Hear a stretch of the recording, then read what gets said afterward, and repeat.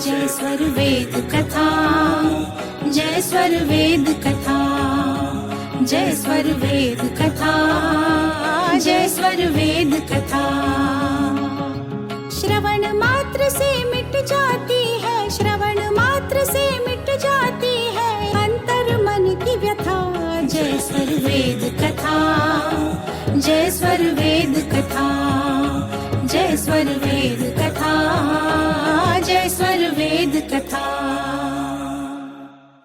विहंगम योग की आध्यात्मिक सत्संगति का हम सब आनंद लाभ प्राप्त कर रहे हैं।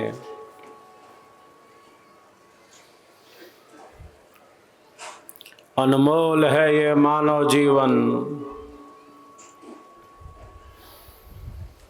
हर क्षण अमूल्य है। ईश्वर का महान प्रसाद है ये मानव जीवन।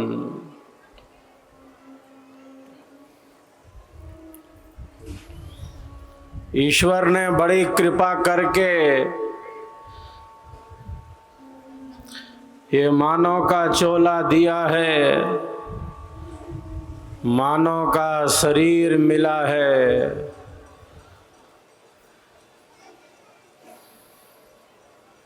जिंदगी जीने में ही जिंदगी बीत न जाए, जीवन जीने में ही जीवन चला न जाए। जिंदगी जीने में ही जिंदगी बीत न जाए, जीवन जीने में ही जीवन चला न जाए। बल्कि ये जीवन है क्या, क्यों मिला है ये शरीर? कौन हूँ मैं, कौन हूँ मैं, मेरे जीवन का उद्देश्य क्या है? इसका ज्ञान प्राप्त हो जाए, इसका अनुभव हो जाए। यही तो हमारी जिज्ञासा है, यही हमारी उत्कंठा है। सत्संग यही है, महापुरुषों की संगति यही है कि मानव जीवन संपूर्णता की तरफ बढ़े। यूं ही नहीं मिल गया ये जीवन, यूं ही नहीं मिल गया ये जीवन, और हम यूं ही नहीं गंवा सकते, यूं ही नहीं गंवा सकते।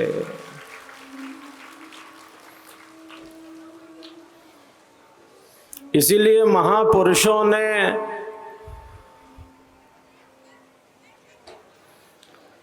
सेवा का संदेश दिया, सत्संग का और साधना का।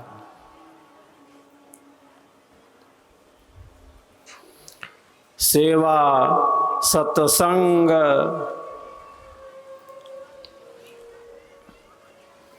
और साधना, यही आध्यात्मिक जीवन है। जिसके जीवन में सेवा भाव है, समर्पण भाव है, श्रद्धा भाव है, जो सत्संग में गहन रुचि लेता है, जो स्वरवेद में अटूट श्रद्धा रखता है, जो साधना का अभ्यास करता है, जो इस त्रिवेणी में स्नान करता रहता है, वह तो स्नान करके तृप्त ही होने लगता है, तृप्त ही हो जाता है।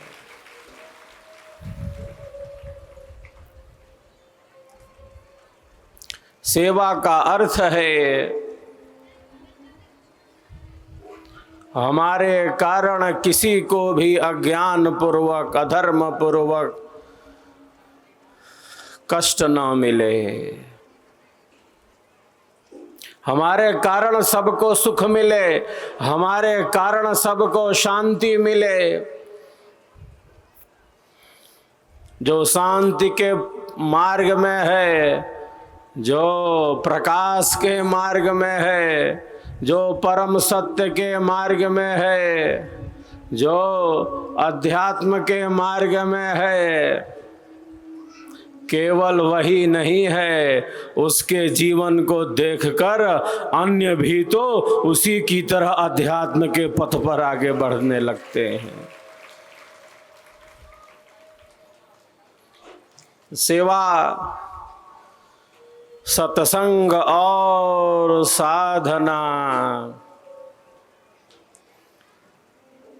आध्यात्मिक जीवन है, भारतीय जीवन है, हमारे ऋषियों का जीवन है। हमारे देश की संस्कृति आध्यात्मिक संस्कृति है। मैं बराबर कहता रहता हूँ, आध्यात्मिक ज्ञान के कारण, महापुरुषों के कारण हमारा प्यारा देश भारत विश्व का गुरु था, विश्व का गुरु है, और मैं कहता हूँ विश्व का गुरु रहेगा, विश्व का गुरु रहेगा।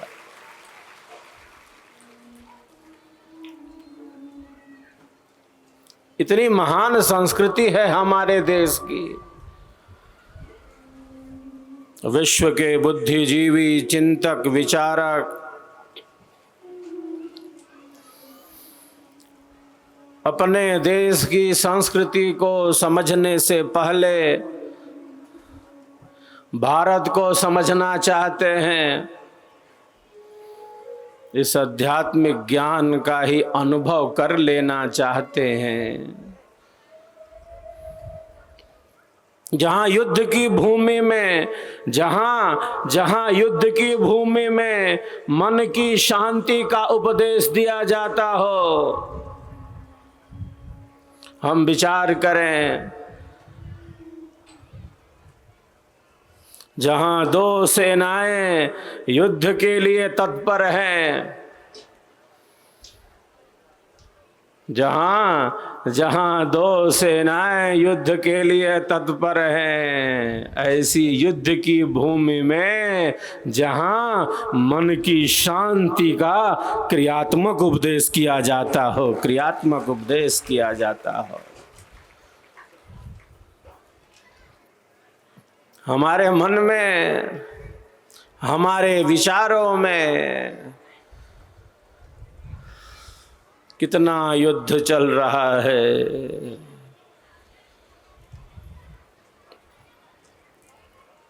हमारा मन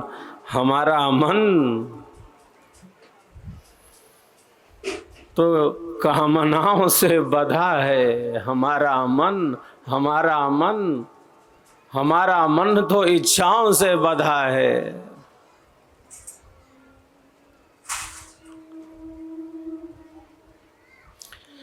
ईश्वर ने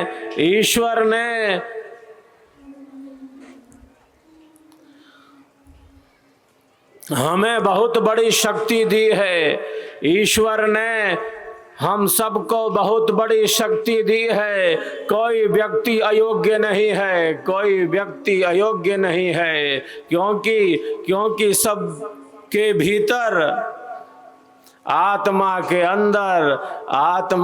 अंदर अंतरात्मा रूप से और कोई नहीं, सच्चिदानंद रूप से परमात्मा ही बैठे हैं, परमात्मा ही बैठे हैं।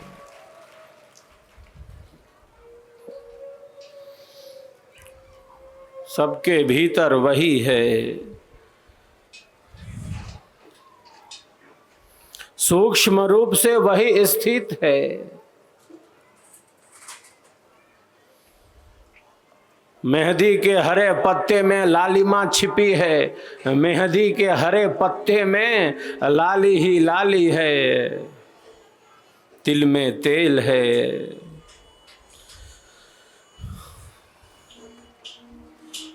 दूध में कहाँ है मक्खन, मक्खन तो दिखलाई नहीं दे रहा।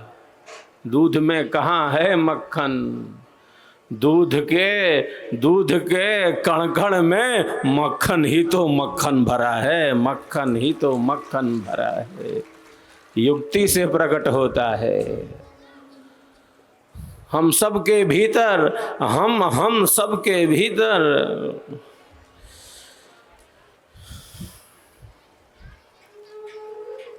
आत्मा के अंदर अंतरात्मा रूप से परमात्मा ही स्थित है, परमानंद ही स्थित है। जितना हम अपने मन को नियंत्रित और संयमित कर सकें, जितना हम अपने मन का निग्रह कर सकें, जितना हम अपने मन को स्वस्थ बना सकें, जितना हम अपने मन को स्वच्छ बना सकें, जितना हम अपने मन को आत्मा के अनुकूल बना सकें, हमारा जीवन उतना ही आनंद में व्यतीत होता है, शांति में व्यतीत होता है। क्योंकि हमारे मन में बहुत बड़ी शक्ति ईश्वर ने दी है। मन एव मनुष्याणां कारणं बंध मोक्षयोः। वही है जो बंधन का कारण है, दुखों का कारण है, और केवल दुखों का ही कारण नहीं, केवल बंधन का ही कारण नहीं, मन का निग्रह, मन का संयम, मन की स्थिरता हमें अनंत आनंद में स्थित कर सकती है, कर देती है। मन का लय हमें परम स्थिति में पहुंचा देता है।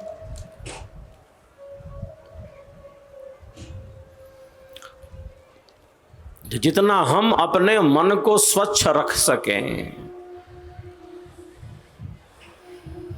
जितना हम अपने मन को शांत कर सकें, नियंत्रित कर सकें, हजारों हजार विचार हमारे मन में है। विचारों का यह प्रवाह प्रवाहित है। हमारा जो मन है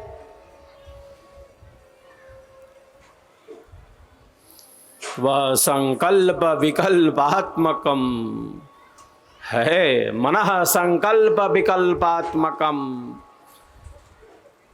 जैसा हमारा मन मनन करता है, जिस प्रकार हम अपने मन से मनन करते हैं, और केवल मन से मनन ही नहीं करते, जिस प्रकार हमारी बुद्धि उसका विवेचन करती है, हम बस वही हो जाते हैं, जैसा हमारे मन में मनन है, और हमारी बुद्धि उसका जिस प्रकार भी विवेचन कर रही है।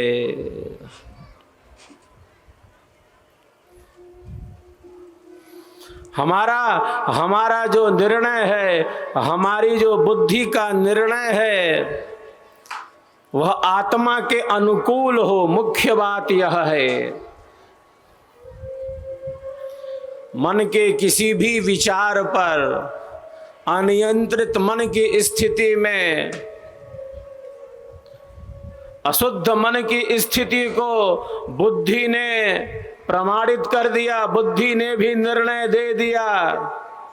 अशांत मन के विचार को बुद्धि ने स्वीकार कर लिया, और बुद्धि का वह जो निर्णय है वह आत्मा के कितना अनुकूल है, आत्मिक शक्ति के कितना निकट है,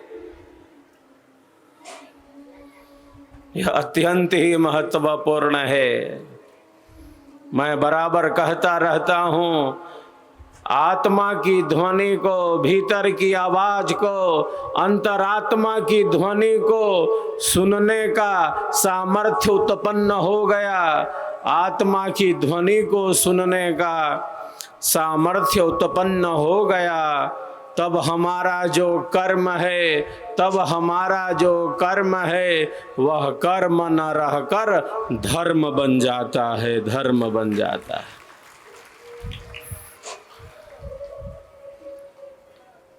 कर्म ही धर्म बन जाता है। तो हमारा मन, हमारे विचार, बुद्धि का निर्णय आत्म कल्याण में उपयोगी हो, हमारे लिए अच्छा हो, घर परिवार के लिए अच्छा हो, समाज राष्ट्र के लिए उपयोगी हो।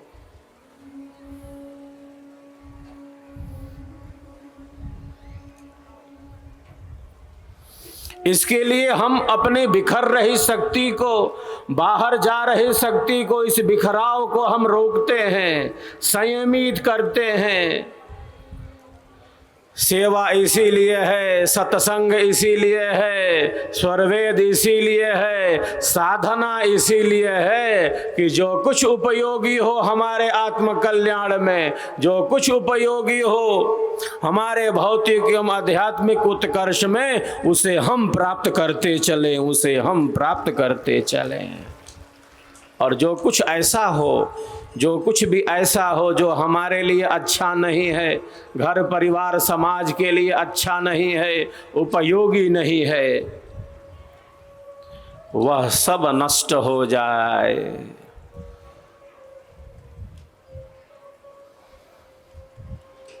यज्ञ की पवित्र अग्नि में, ब्रह्म विद्या की अग्नि में जो कुछ ऐसा है, जो कुछ ऐसा है जो नकारात्मक है, जो अशुभ है, जो अकल्याणकारी है, जो अनियंत्रित है, जो असंयमित है, जो कुछ भी ऐसा है जो हमारे लिए उपयोगी नहीं है, हमारे आत्म कल्याण में आवश्यक नहीं है, वह सब तो नष्ट होना ही चाहिए।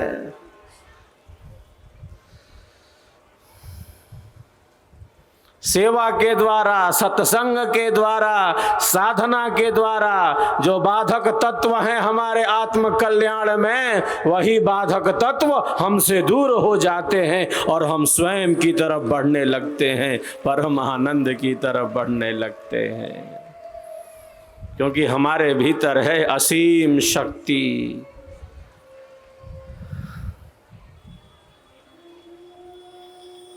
हम सबके भीतर है अनंत की शक्ति। ईश्वर का रहस्य ही हमारे भीतर है। एक व्यक्ति मूर्ति बनते हुए देखना चाहता है,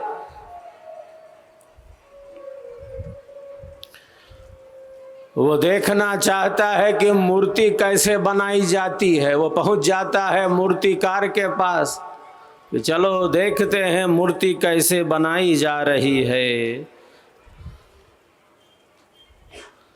वह देखता है कि मूर्तिकार मूर्ति तो बना नहीं रहा, ये हथौड़े के प्रहार से पत्थर तोड़े जा रहा है। वह देखता है कि मूर्तिकार मूर्ति तो बना नहीं रहा, यह पत्थर तोड़े जा रहा है। कहता है मूर्तिकार से, आप मूर्ति कब बनाओगे? आप मूर्ति कब बनाओगे? मैं मूर्ति बनते हुए देखना चाहता हूँ, आप तो बस पत्थर तोड़े जा रहे हो। मूर्ति कब बनाओगे? मैं मूर्ति बनते हुए देखना चाहता हूँ, इसीलिए तो मैं आया हूँ। मूर्तिकार कहता है यहाँ मूर्ति कहीं बाहर से नहीं आने वाली, यहाँ मूर्ति कहीं बाहर से नहीं आने वाली। मैं तो बस उन्हीं पत्थरों को हटाता जा रहा हूँ, मैं तो बस उन्हीं पत्थरों को काटता जा रहा हूँ, छांटता जा रहा हूँ जो मूर्ति बनने में बाधक हैं। उन पत्थरों के हटते ही, उन पत्थरों के दूर होते ही मूर्ति इसी में से प्रकट हो जाएगी।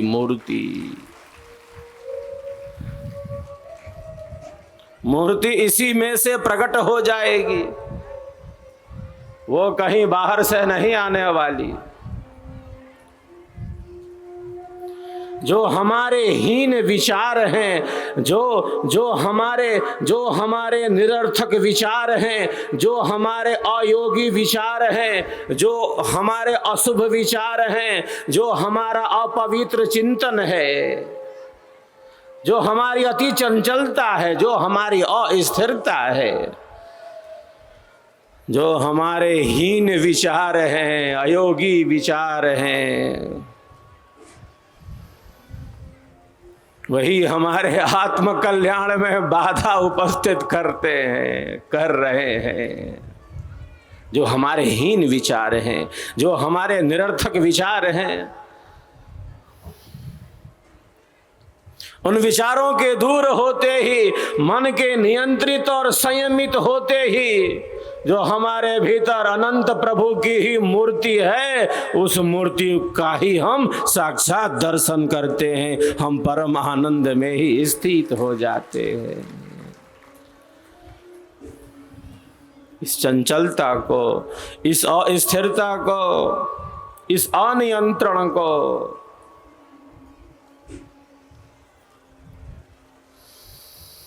सेवा भाव के द्वारा, सत्संग के द्वारा, साधना के द्वारा, गुरु कृपा के आधार से हम इस अनियंत्रण को नियंत्रित करते हैं। जब एक साधक विहंगम योग की साधना का अभ्यास करता है, जब एक साधक सेवा सत्संग से जुड़कर विहंगम योग की साधना का अभ्यास करता है, अपने विचारों के उतार चढ़ाव पर वह नियंत्रण प्राप्त करने लगता है, वह नियंत्रण प्राप्त करने लगता है।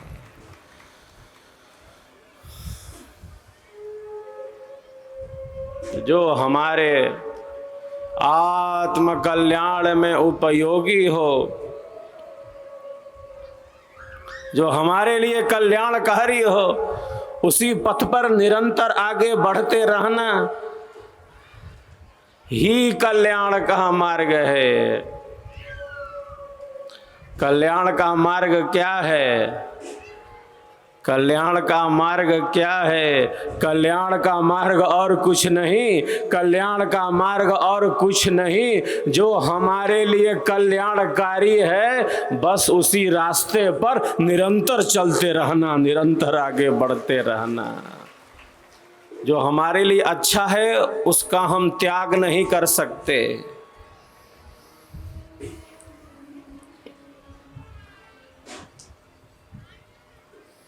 उससे हम दूर नहीं हो सकते।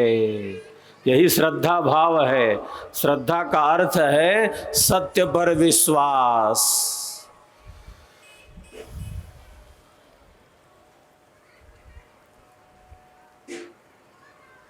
श्रद्धा का अर्थ है सत्य पर विश्वास।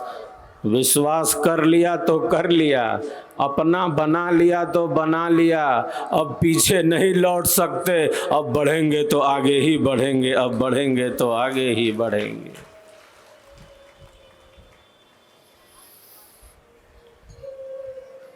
यही श्रद्धा भाव है। हमने नहीं देखा उस परम मार्ग को, हमने परम सत्य का ज्ञान भी नहीं प्राप्त किया, हमें परम ज्ञान भी नहीं हुआ, तो कोई बात नहीं। जिस महान सत्ता ने साधना की अतल गहराई में पहुंचकर अध्यात्म के सर्वोच्च शिखर को प्राप्त कर लिया। जिस महान सत्ता ने स्व इच्छा से योग मुद्रा में स्थित होकर अपने भौतिक शरीर का परित्याग किया, जिस महान सत्ता ने हमारे कल्याण के लिए हमें स्वरवेद दे दिया, उस महान सत्ता के बताए मार्ग पर हम चल पड़े तो चल पड़े, अब पीछे नहीं लौट सकते। यही श्रद्धा भाव है। श्रद्धा का अर्थ है सत्य पर विश्वास। योगीराज कहते हैं विश्वासो फलदायकः। श्रद्धावान लभते ज्ञानम, श्रद्धावान लभते ज्ञानम तत्परः संयते इंद्रियः, ज्ञानम लब्ध्वाम पराम शांति अचिरेणाधिगच्छति। योगीराज कहते हैं जो श्रद्धा वाला है वह ज्ञान को उपलब्ध हो जाता है, ज्ञान को उपलब्ध होकर परम शांति में ही स्थित हो जाता है। जिसके पास श्रद्धा का धन है, जिसके पास श्रद्धा की संपत्ति है।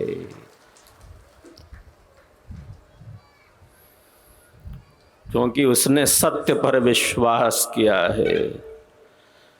6 प्रकार की संपत्तियां हैं साधक के लिए, 6 प्रकार के धन हैं। जिन संपत्तियों को एकत्रित करते हैं साधक साधिकाएं, श्रद्धा का धन है, सम है, दम है, तितिक्षा है, उपरति है और समाधानता की संपत्ति है। तो जितना हमारा भक्ति भाव बढ़े, जितना हमारा प्रेम भाव बढ़े, जितना हमारा श्रद्धा भाव बढ़े, सत्य पर विश्वास बढ़े, जितना हमारा विश्वास दृढ़ हो, अटल हो, उतना ही हमारा आध्यात्मिक जीवन तीव्रता के साथ आगे बढ़ता जाता है, आगे बढ़ता जाता है।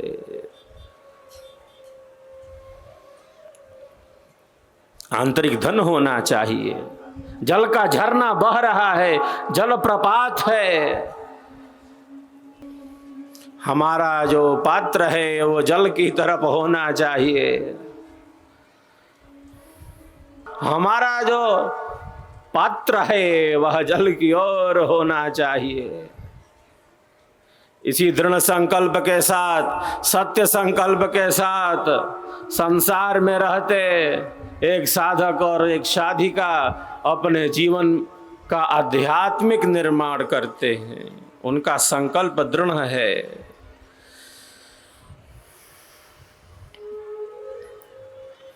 संसार में परिवर्तन है, संसार में सुख है, संसार में दुख है।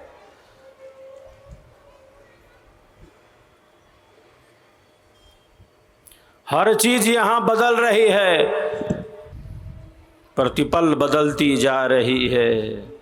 कोई वस्तु यहां स्थिर रहने वाली नहीं है। एक साधक एक साधिका का क्या संकल्प है? संसार के सुखों में, संसार के सुखों में, संसार के दुखों में, संसार के सुखों में, संसार के दुखों में इतनी शक्ति नहीं है, इतनी शक्ति नहीं होनी चाहिए कि एक साधक को, एक विहंगम योगी को, एक साधिका को सेवा सत्संग और साधना से ही दूर कर सके। संसार के सुख में, संसार के दुख में इतनी शक्ति नहीं है, ऐसा संकल्प है। संसार में तो बदल रहा है, संसार के विषय ही दुखमय हैं, दुख ही अधिक है यहाँ। जो सुख है वो अल्प है, क्षणिक है, मिटने वाला है। ओस की एक बूंद है, जल की एक बूंद है जो छूते ही विलीन हो जाए। जिस प्रकार छलनी में गौ माता का दूध एकत्रित नहीं किया जा सकता, सब गायों का दूध छलनी में दूह लिया और छलनी खाली की ही खाली है, वैसे ही संसार के भोगों को, पदार्थों को प्राप्त कर लिया, मन जैसे छलनी की तरह खाली ही खाली है, अभी खाली ही। छलनी में गौ माता का दूध एकत्रित नहीं किया जा सकता, इकट्ठा नहीं किया जा सकता। मन को संसार के भोगों से, पदार्थों से, संबंधों से पूर्ण भरा नहीं जा सकता। इतनी कामनाएं मन में भरी हैं, इतनी इच्छाएं भरी हैं मन में, इतनी वासनाएं भरी हैं हमारे मन में। मन माया मरती नहीं, नहीं वासना नाश, यह शरीर मरी गया।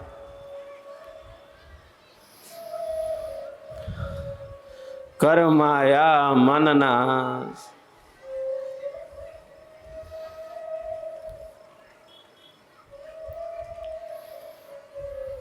तो संसार के भोगों, पदार्थों, संबंधों में एक साधक का जीवन नष्ट नहीं हो सकता।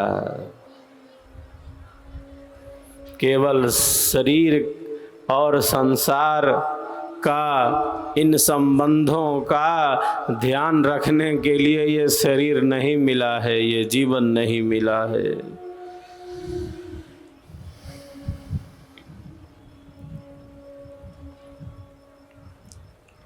अनंत अनंत जन्म और जीवनों से कोई गिन नहीं सकता।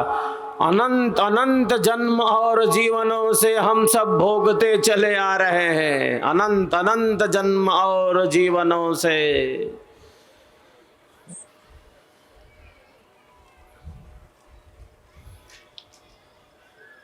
200 करोड़ वर्ष तो इस वर्तमान सृष्टि के ही होने वाले हैं, 2 अरब वर्ष। इसके पहले भी अनंत बार सृष्टि और प्रलय का क्रम चला आ रहा है। अनादिकाल से, अनादिकाल से जन्म और मरण का यह क्रम चला आ रहा है। एक शरीर को प्राप्त किया, एक शरीर को प्राप्त किया, कर्म फल भोग शरीर छूट गया।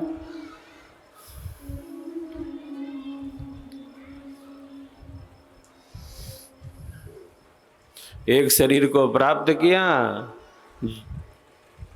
कर्म फल भोग प्राप्त किए, शरीर छूट गया। वो मिला था, वो हमारा है नहीं। अगर ये शरीर हमारा रहता तो हम इसको लेकर चले जाते।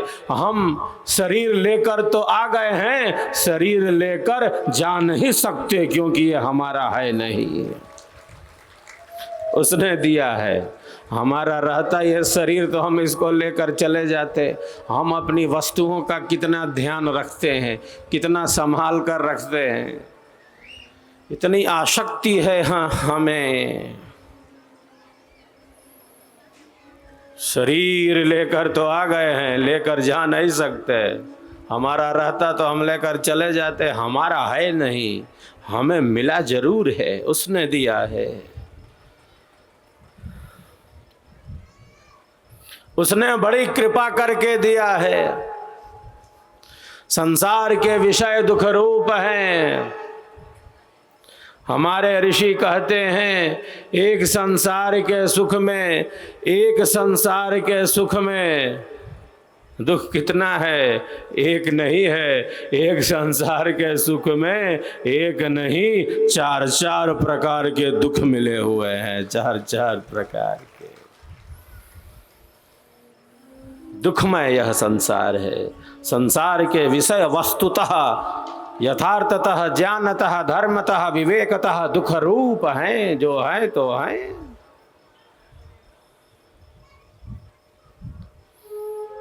ऋषियों ने कहा परिणाम दुख है, ताप दुख है, संस्कारों का दुख है, गुण वृत्ति विरोध का दुख है।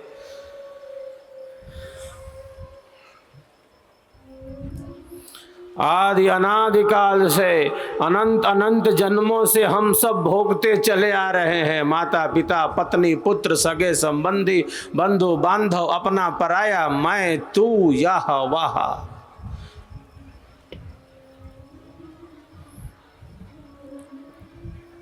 मैं तू यह वह अनंत अनंत जन्म और जीवनों से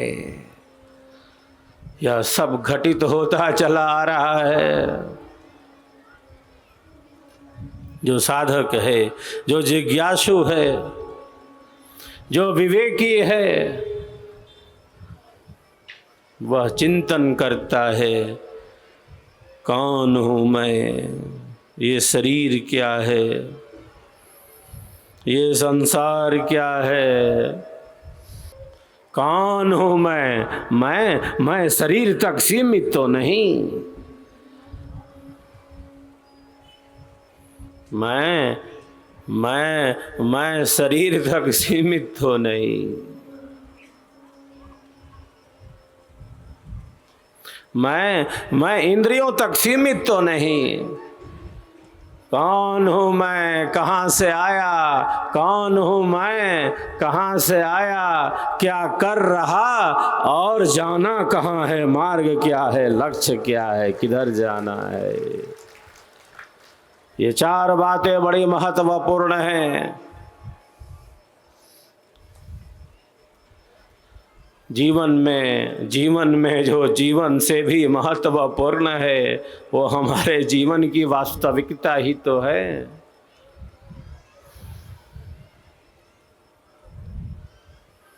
कौन हूँ मैं, कितनी बड़ी जिज्ञासा है।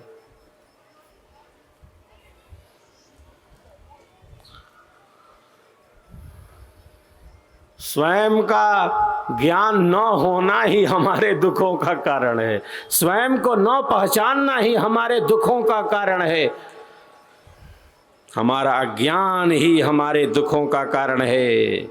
आत्मज्ञान की विस्मृति ही दुख है, स्वयं को न पहचानना ही सबसे बड़ा दुख है, सबसे बड़ी अज्ञानता है।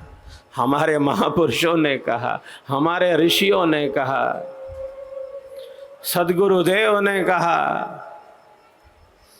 आत्मज्ञान की विस्मृति ही, आत्मज्ञान की विस्मृति ही हमारे दुखों का कारण है।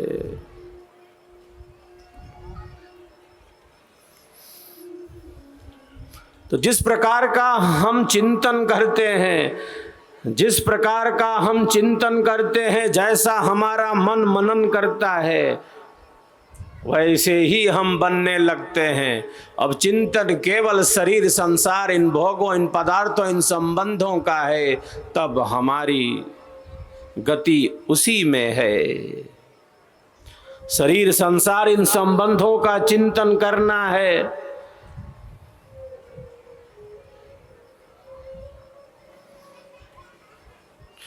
शरीर, संसार, इन संबंधों का ध्यान रखना है, चिंतन करना है। घर में रहना है, परिवार में रहना है, लेकिन इसमें डूब नहीं जाना, इसमें डूब नहीं जाना, रहना है इसमें।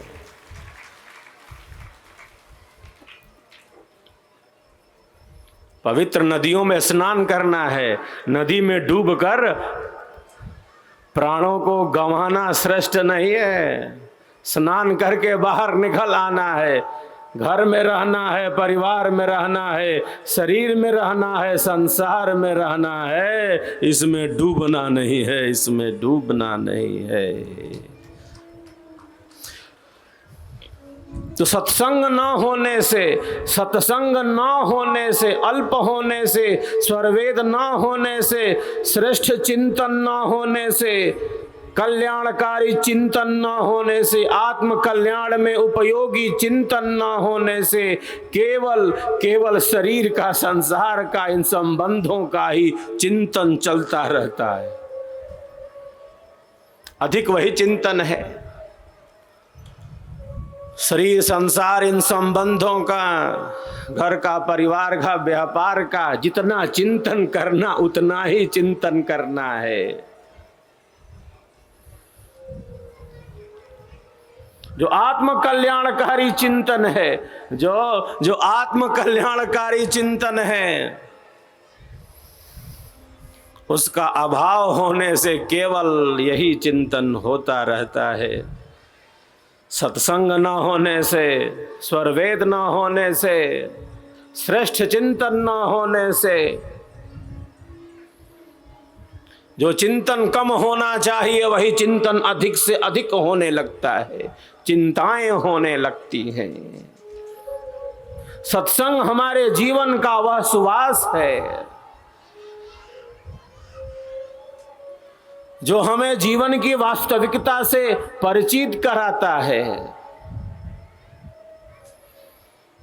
सत्संग वह प्रकाश है, सत्संग वह प्रकाश है जिसमें हमारे मन का जो अंधेरा है वह नष्ट होने लगता है। मन को स्वच्छ करना है, विचारों को पवित्र बनाना है, तो सत्संग मात्र आवश्यक नहीं बल्कि अनिवार्य है।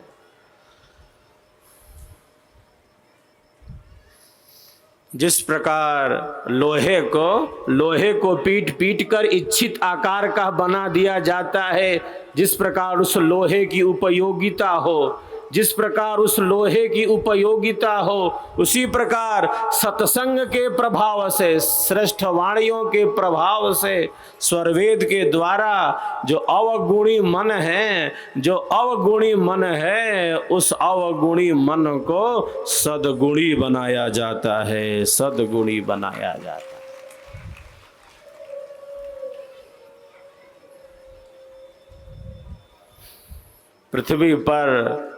पृथ्वी पर अशुद्ध से अशुद्ध स्थान के जल को सूर्य की किरणें शुद्ध बना देती हैं, अपने जैसा बना देती हैं।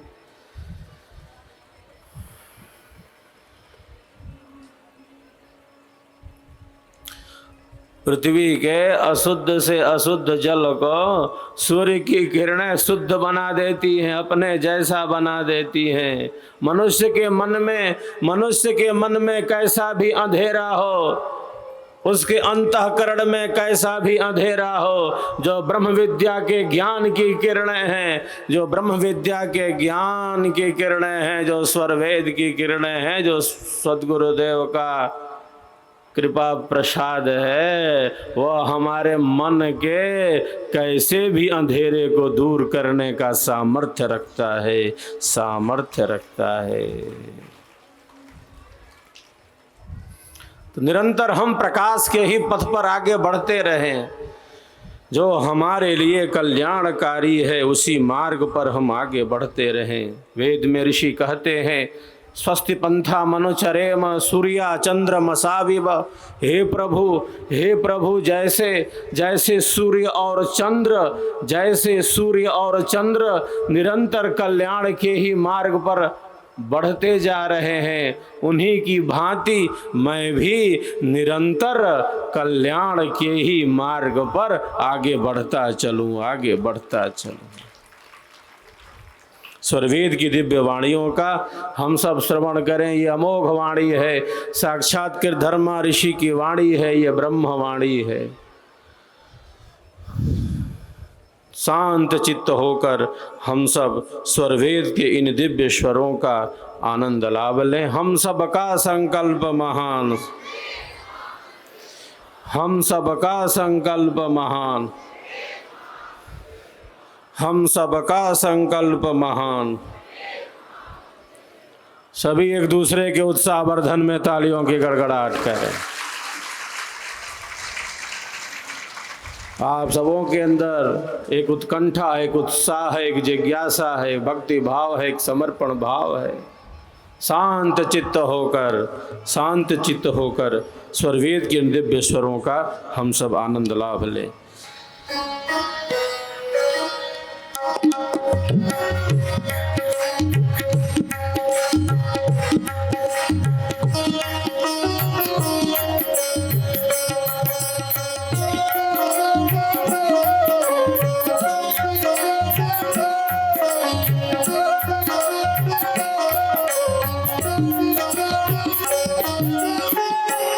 शुद्ध स्वरूप प्रकाश में शुद्ध भक्ति तब हो। शुद्ध स्वरूप प्रकाश में शुद्ध भक्ति तब हो। चेतन किरण समेत कर एक दशामय सोय। चेतन किरण समेत कर एक दशामय सोय। जय स्वर वेद कथा, जय स्वर वेद कथा, जय स्वर वेद कथा, जय स्वर वेद कथा।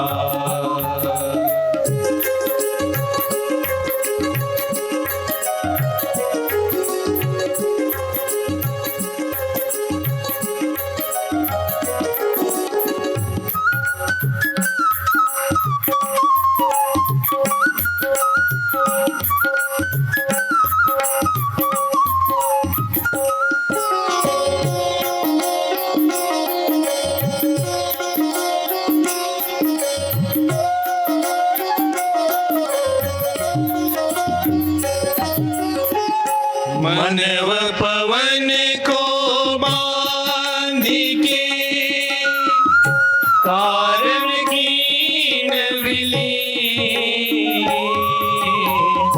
मनव पवन को बांध के कारण कीन विली। यह महिमा है सद्गुरु शरण अधीन। यह महिमा है योग की सद्गुरु शरण अधीन। जय स्वर वेद कथा, जय स्वर वेद कथा, जय स्वर वेद कथा, जय स्वर वेद कथा।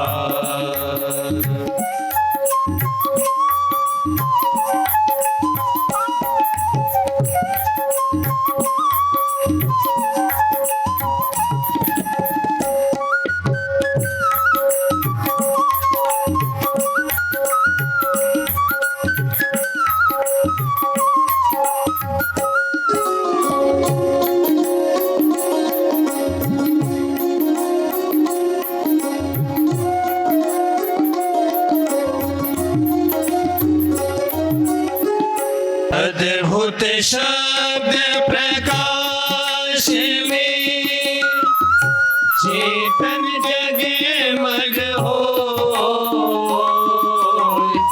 अद्भुत शब्द प्रकाश में चेतन जगमग हो। तब यह सच्ची भक्ति है जीवन सफल भव सोय। तब यह सच्ची भक्ति है जीवन सफल भव सोय। जय स्वर वेद कथा, जय स्वर वेद कथा, जय स्वर वेद कथा, जय स्वर वेद कथा, जय स्वर वेद कथा, जय स्वर वेद कथा, जय स्वर वेद कथा, जय स्वर वेद कथा, जय स्वर वेद कथा, जय स्वर वेद कथा, जय स्वर वेद कथा, जय स्वर वेद कथा। स्वर वेद के शब्द शब्द में अनंत की शक्ति निहित है। जैसे हरा पेड़ जानता है कि वर्षा की बूंदें क्या होती हैं, जो हरा पेड़ है वो वर्षा की बूंदों को जानता है।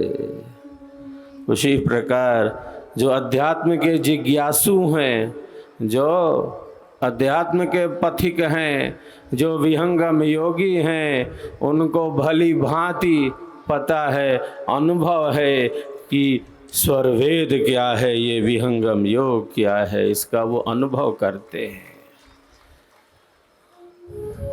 अनुभव का ही विषय है। अनेक साधक साधिकाएं समक्ष में आते हैं, स्वरवेद की वाणी बोलने लगते हैं। स्वरवेद ने उनका स्पर्श किया है, उन्हें छुआ है, उनके हृदय का स्पर्श किया है, उनके अंतःकरण को संस्पर्शित किया है इस आध्यात्मिक ज्ञान से, उनके अंतर का स्पर्श किया है स्वरवेद ने। अनेक साधक साधिकाएं समक्ष में आते हैं, सामने आकर स्वरवेद की वाणी बोलने लगते हैं, और बहुत बार केवल वाणी ही नहीं बोलती, उनकी आँखों से अश्रु की धारा भी बह पड़ती है, आँखों से अश्रु की धारा भी बह पड़ती है। केवल वाणी नहीं बोल रही है, स्वर वेद में ही जैसे उनकी स्थिति हो गई हो, उनका अंतःकरण इस विमल ज्ञान के प्रवाह में ही प्रवाहित है, वो गुनगुनाते हैं।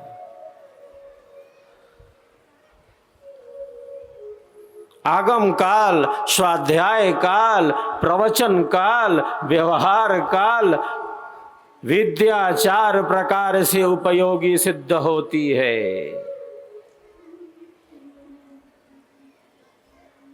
प्रथम कहा है कि श्रवण करना, आगम काल खूब खूब श्रवण करना।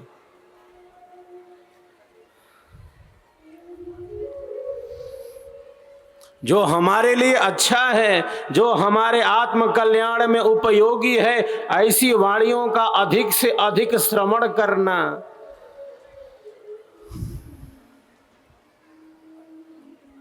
भद्रं कर्णेभिः शृणुयाम देवाः, भद्रं पश्येमाक्षभिर्यजत्राः। ऋषि कहते हैं, क्या कहते हैं? कानों से भद्र भद्र सुनो, अच्छा अच्छा, जो कल्याणकारी है उसका खूब खूब श्रवण होना चाहिए। ये जो 2 कान हैं हमारे आत्म कल्याण में उपयोगी हो सकते हैं, सिद्ध हो जाते हैं।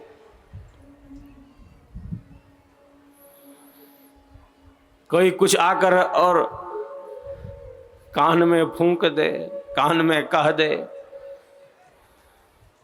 और हमारा मन, हमारा अंतःकरण श्रेष्ठ स्थिति में नहीं है, तब हमारे जीवन की जो सहजता है, सरसता है, सरलता है, वो नष्ट हो जाती है, नकारात्मकता में जीवन जाने लगता है। भोजन में विष मिला दे तो बच सकता है, और कान में जहर घोल दे तो जैसे बचना मुश्किल हो, बिल्कुल बचना मुश्किल हो। संगति अपना असर दिखाती है।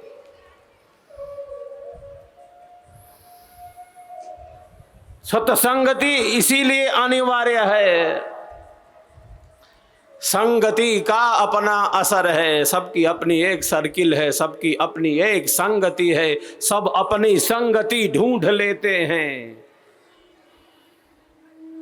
सबकी एक मंडली है, सबकी एक बैठक है।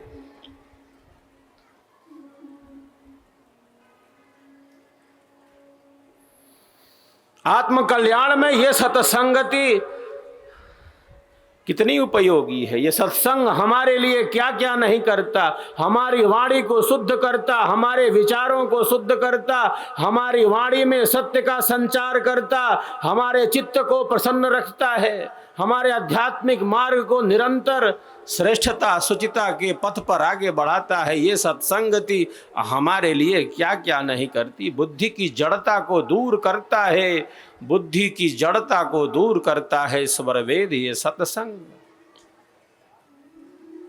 प्रथम कहा आगम काल, श्रवण किया और केवल श्रवण ही नहीं किया, जो जो श्रवण किया उस पर हमने विचार किया, उसे सत्य स्वीकार किया।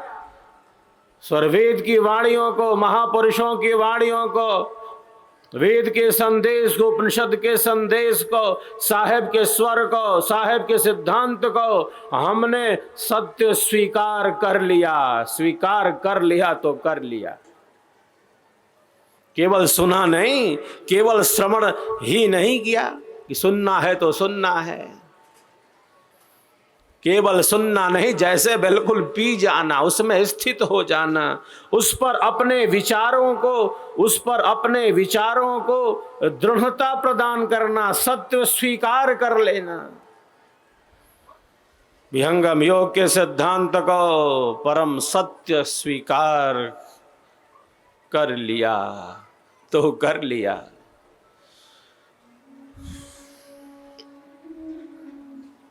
अद्भुत मार्ग योग विहंगम मैं तुमको बतलाऊंगा, यदि विधिवत तुम साधन करी हो, अमर लोक पहुंचाऊंगा, अमर लोक पहुंचाऊंगा।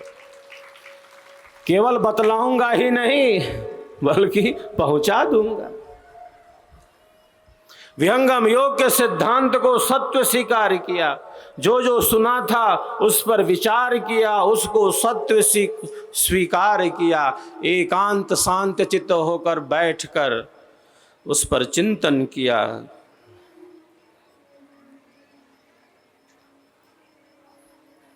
घर के किसी कोने में शांत चित्त होकर बैठकर सिद्धांत का मनन किया, उस पर अपने विचारों को दृढ़ता प्रदान की।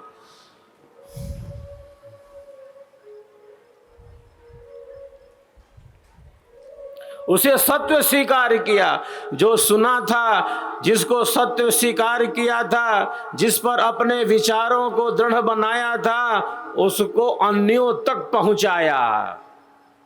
ये ज्ञान और विद्या की तृतीय प्रकार की उपयोगिता है। प्रथम है आगम काल, श्रवण किया। दूसरा है स्वाध्याय किया, उस पर चिंतन किया, मनन किया, विचार किया। तीसरा है निधिध्यासन, प्रवचन किया, अन्यों को बतलाया, सत्संग किया। ये विद्या और ज्ञान की तीसरी प्रकार की उपयोगिता है, तृतीय उपयोगिता है। और जो चतुर्थ प्रकार की उपयोगिता है, जो जो सुना था, जिसको सत्य स्वीकार किया था, अन्यों को बतलाया था, सत्संग किया था।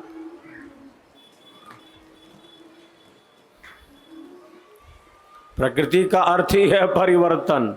ये परिवर्तन इसका नियम है। कोई वस्तु यहाँ स्थिर रहने वाली नहीं है, एक समान कुछ नहीं है। यहाँ बदलाव है, यहाँ परिवर्तन है।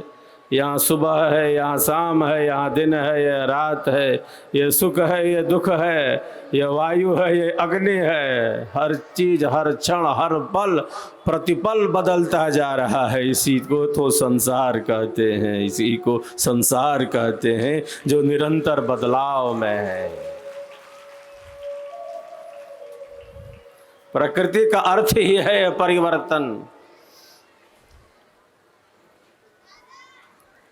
इस परिवर्तन में, इस बदलाव में एक जो साधक है, एक विहंगम योगी है, कैसे अपने केंद्र में केंद्रित है, स्थिर है।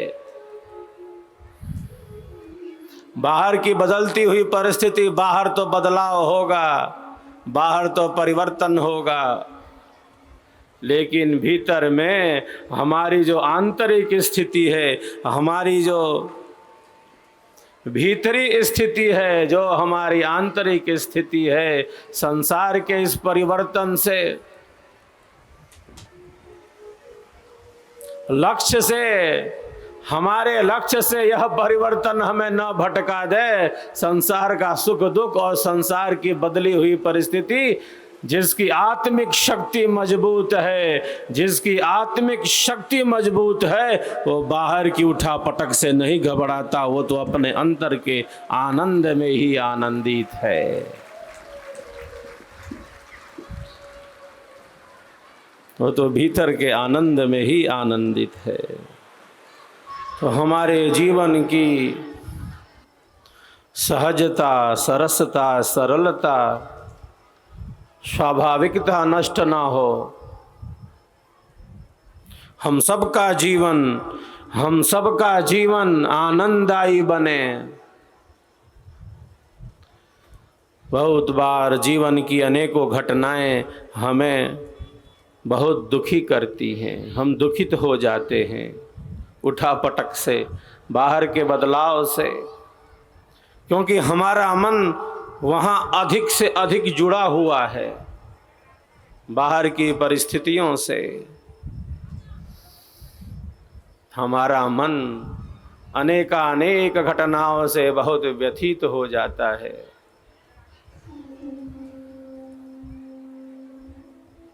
कोई हताशा, कोई निराशा, कोई कुंठा, कोई अवसाद हमारे जीवन को घेर न ले, हमारे जीवन को घेर न ले। हम सबका जीवन आनंददायी बने, आनंददायी बने, क्योंकि हम सबके जीवन का आधार सर्वाधार परमात्मा आनंदमय है, परमात्मा शांतिमय है, ब्रह्म ही आनंद है। आनंद ही ब्रह्म है। आनंदो ब्रह्मेति व्यजानात्।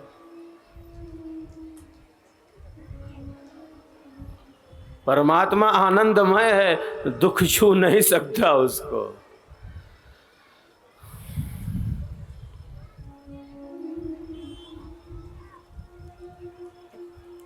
परमात्मा में दुख नहीं है, और जब उसमें दुख नहीं है तो वह हमें कभी दुख दे नहीं सकता। जिसके पास जो वस्तु है ही नहीं, वह हमें वो कहाँ से दे देगा, जिसके पास वो है ही नहीं। परमात्मा में दुख नहीं है, वो तो आनंद स्वरूप है, वो शांति स्वरूप है। रसो वैसः आनंदो ब्रह्मेति व्यजानात्।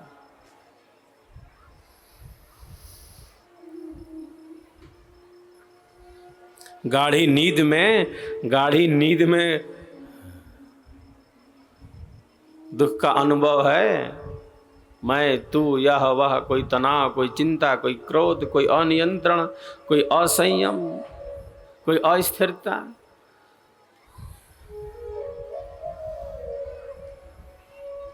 ऋषि कहते हैं समाधि सुषुप्ति मोक्षेषु ब्रह्म रूपता।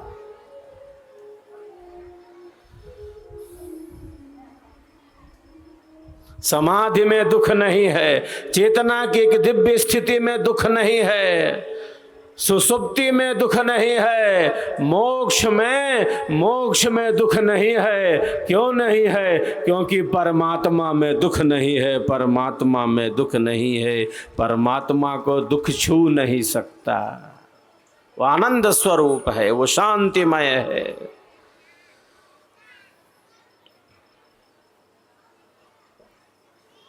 वो कर्माध्यक्ष है, वो फल प्रदाता है।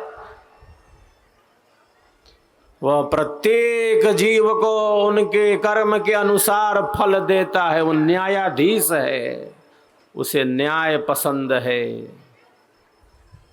वो न्याय करता है। ऋषि कहते हैं एको देवः सर्वभूतेषु गूढ़ः सर्वव्यापी सर्वभूतांतरात्मा कर्माध्यक्षः सर्वभूताधिवासः साक्षी चेता केवलो निर्गुणश्च।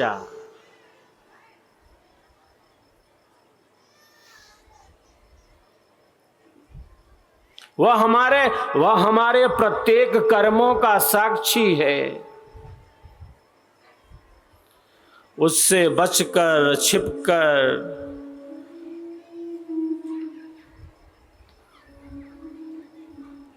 किसी भी प्रकार के कर्म का कभी भी संपादन नहीं हो सकता,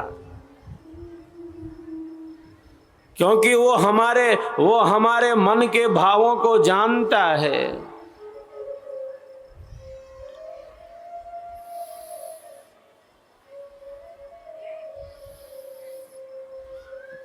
भीतर में वही है और केवल भीतर में ही नहीं, बाहर में भी वही है, इससे परे भी वही है।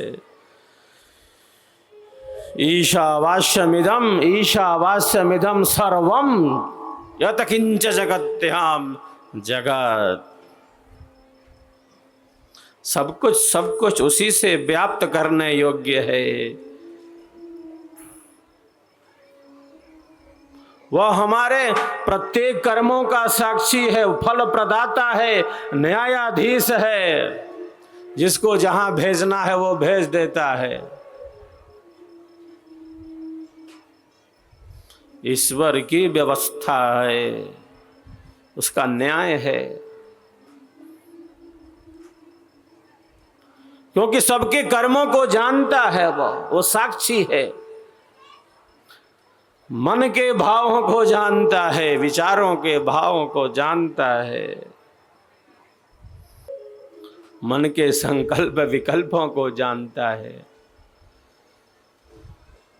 अभी हमने वाणी का प्रयोग नहीं किया, ना अच्छा बोला ना बुरा बोला, अभी किसी प्रकार की क्रिया भी नहीं है, लेकिन यहाँ चल रहा है मन का संकल्प। हम जैसा सोच रहे हैं, जिस प्रकार हमारे मन का मनन है और जिस प्रकार हमारी बुद्धि का विवेचन है, तत्क्षण ही एक प्रकार का कर्म घटित हो जा रहा है। भले वाणी मौन हो और क्रिया से शून्य हो। मन का चिंतन, मन का मनन और बुद्धि का विवेचन एक प्रकार के कर्म को तत्क्षण घटित कर दे रहा है।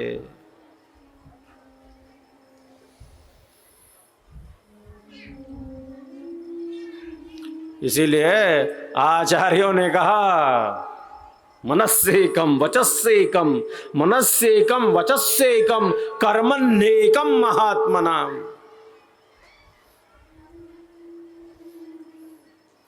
हमारा मन श्रेष्ठ विचारों से, शुद्ध विचारों से, पवित्र विचारों से भरा रहे। हमारी वाणी भी उसी रूप में हो। मन वचन और कर्म क्रिया आचरण व्यवहार भी धर्म के अनुकूल, योग के अनुकूल, प्रकाश के ही अनुकूल हो। यही तो संदेश हमारी ऋषि संस्कृति देती है। जितना हमने अपने मन को साध लिया, जितना हमने अपने मन को नियंत्रित किया, हमारी वाणी और हमारी क्रिया उतनी ही शुद्ध हो जाती है, उतनी ही पवित्र हो जाती है। सारा खेल मन का है, विचारों का है, क्योंकि आत्मा का सबसे पहले संबंध इस शरीर में मन से है। मन का संबंध इंद्रियों से, इंद्रियों का संबंध उनके विषयों से है। योगीराज कहते हैं, श्रोत्रम चक्षु स्पर्शनम च रसनम घ्राणमेव च अधिष्ठाय मनश्चायम विषयानुपसेवते।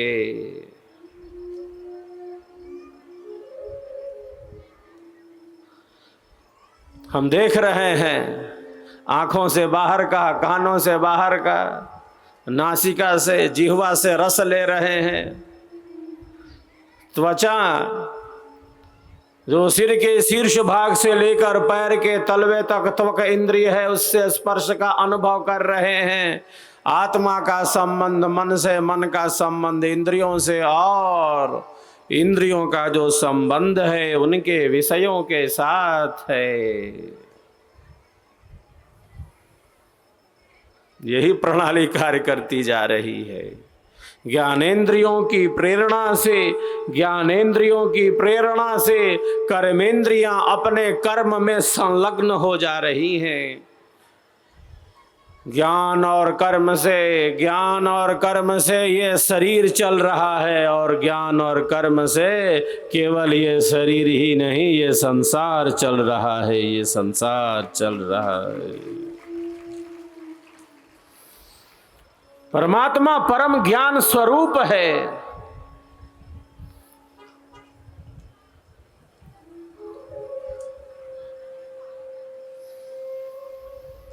नित्य है, सनातन है, सहज है, निरंतर है, सदैव है।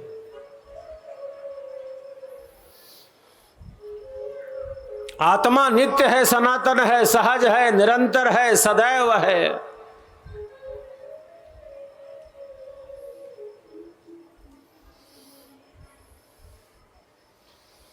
शरीर उत्पन्न होता है, नष्ट हो जाता है, आत्मा नष्ट नहीं होती। आत्मा नष्ट नहीं होती। क्यों नहीं नष्ट होती आत्मा? क्योंकि आत्मा कभी उत्पन्न ही नहीं होती। आत्मा कभी उत्पन्न ही नहीं होती। वो सदैव है, नित्य है, सनातन है, सहज है, निरंतर है, सदैव है। पृथ्वी आत्मा को नहीं मार सकती, अग्नि आत्मा को जला नहीं सकती, ये वायु आत्मा को सुखा नहीं सकता, ये जल आत्मा को गीला नहीं कर सकता।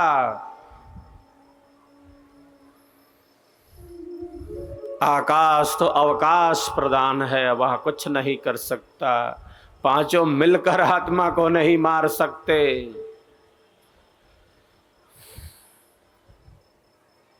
न पृथ्वी, न अग्नि, न जल, न वायु, न आकाश छू नहीं सकते आत्मा को। जो संघात से बना है, जो संघात से बना है,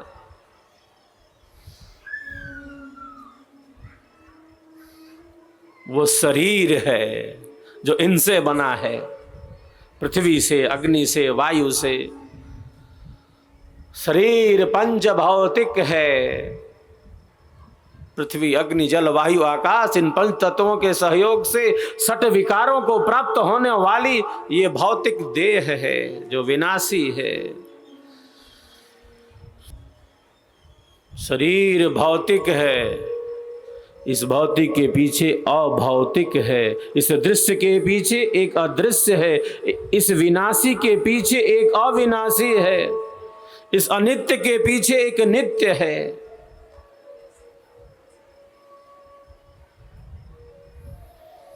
इस जड़ के पीछे एक चेतन तत्व है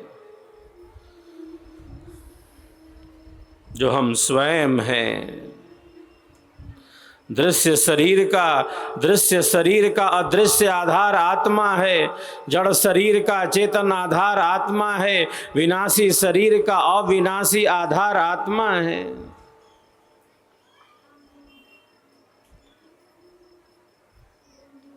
जो हम स्वयं हैं।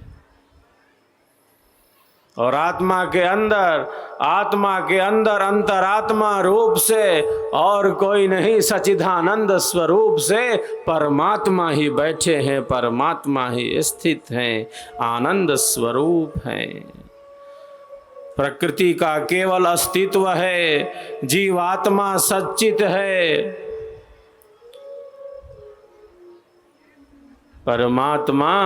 परमात्मा सच्चिदानंद है। न केवल उसका अस्तित्व है बल्कि वह चेतन है। और चेतन भी कैसा?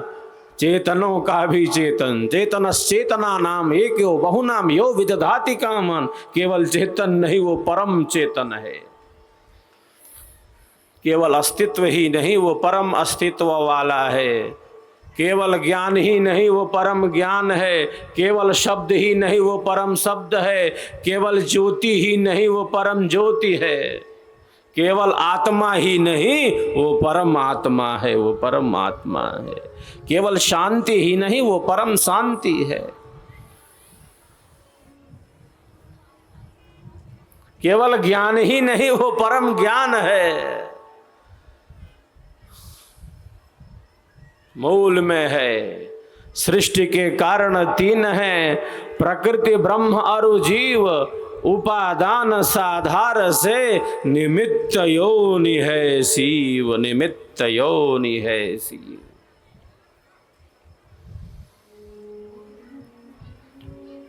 मूल में वही है, निमित्त कारण है।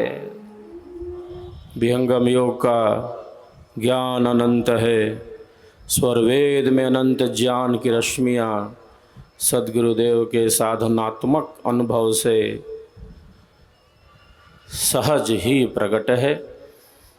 जन जन तक स्वरवेद का संदेश पहुँचे, विहंगम योग का संदेश पहुँचे, यही तो सबका धर्म ही नहीं परम धर्म है, परम धर्म है। जन जन तक ये वाणी गूंजे, स्वरवेद का संदेश, विहंगम योग के सिद्धांत का जन जन तक प्रसार हो। शिष्य के जीवन की सार्थकता, शिष्य के जीवन की सार्थकता स्वरवेद के प्रचार से है, सिद्धांत को जन जन तक लेकर जाने से है। विद्या और ज्ञान चार प्रकार से ही तो उपयोगी सिद्ध होता है। श्रवण किया, पहले खूब खूब श्रवण किया, और जो श्रवण किया केवल श्रवण ही नहीं किया, उसे परम सत्य स्वीकार किया, और जिसे परम सत्य स्वीकार किया अन्यों तक उस ज्ञान को पहुंचाया। निधिध्यासन जिसे हमारे आचार्यों ने कहा, केवल श्रवण ही नहीं, केवल उस पर विचार ही नहीं, हमने श्रवण किया श्रेष्ठ विचारों का, आत्म कल्याणकारी विचारों का हमने चिंतन किया।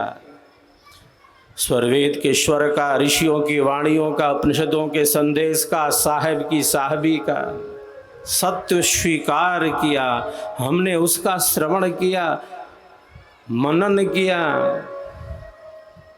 निधिध्यासन जो सुना था, जिसे सत्व स्वीकार किया था, अन्यों तक उस ज्ञान को, उस संदेश को, उस श्रेष्ठ विचार को, उस कल्याणकारी संदेश को पहुंचाया। इसे आचार्यों ने निधिध्यासन कहा है। श्रवण मनन निधिध्यासन। और हमारा जो ज्ञान है वह केवल श्रवण करने तक, मनन करने तक और प्रवचन करने तक, निधिध्यासन तक सीमित न रह जाए। वह ज्ञान साक्षात्कार की तरफ हमें आगे बढ़ाता चले। विद्या और ज्ञान की यही चार प्रकार की उपयोगिता है। आगम काल, स्वाध्याय काल, प्रवचन काल, व्यवहार काल, श्रवण मनन निधिध्यासन और साक्षात्कार। सिद्धांत संपूर्ण है। सिद्धांत के अनुकूल हमारा व्यावहारिक पक्ष न्यून हो सकता है।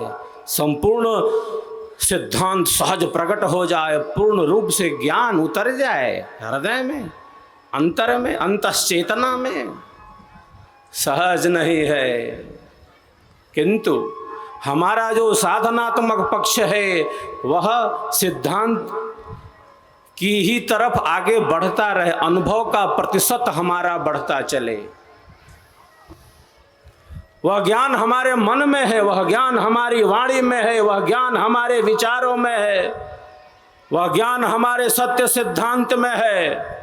और जब वह ज्ञान हमारी वाणी में, हमारे मन में, हमारे विचारों में, हमारी क्रिया में है, तब वह ज्ञान केवल श्रवण मनन और निधि ध्यासन तक सीमित नहीं हो सकता। वह ज्ञान तो हमारी आत्मा में ही उतरने लगता है, हम भीतर तक उससे प्रकाशित होते हैं। तो अनुभव का प्रतिशत कम हो सकता है, अनुभव नहीं है इसके लिए घबराना नहीं, अधीर न होना। धैर्य प्रथम लक्षण है धर्म का। सहसा अनुभव सहज नहीं है, सबके साथ उनके प्रारब्ध हैं।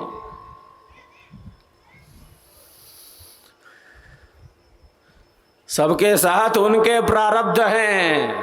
ईश्वर कर्माध्यक्ष है, वो फल प्रदाता है, न्यायाधीश है। यह प्रारब्ध आया कहाँ से है? यह प्रारब्ध हमारे संचित कर्मों में से ही तो आया है। संचित कर्मों में से उतने ही कर्म प्रारब्ध के रूप में प्राप्त होते हैं जिनका इस जन्म और जीवन से भोग कर लिया जाना है। तो प्रारब्ध है तो है, लेकिन ये जीवन केवल प्रारब्ध को भोगने के लिए नहीं है, बल्कि ये जीवन तो उस परम आनंद के लिए है, परम शांति के लिए है। किंतु हमारे जीवन की प्रमुख घटनाओं में हमारा प्रारब्ध ही बलशाली है। हमारे जीवन की प्रमुख घटनाओं में हमारा प्रारब्ध ही बड़ी शक्तियों में स्थित है, ईश्वरी कृपा का ही आधार है। तो जिस ज्ञान का हमने श्रवण किया, जिसको सत्य स्वीकार किया, मनन किया, अन्यों तक बताया, वह ज्ञान साधना के द्वारा क्रमशः हमारे भीतर उतरने लगता है। यही विद्या और ज्ञान की 4 प्रकार की उपयोगिता है। अनुभव कम या ज़्यादा हो सकता है, सिद्धांत में पकड़ कम या ज़्यादा हो सकती है, लेकिन हम सब इसी में आगे बढ़ रहे हैं। और जन जन तक मन मन तक इस स्वरवेद महामंदिर के संदेश को और स्वरवेद के संदेश को हमें लेकर जाना है। शिष्य के जीवन की सार्थकता इसी में है।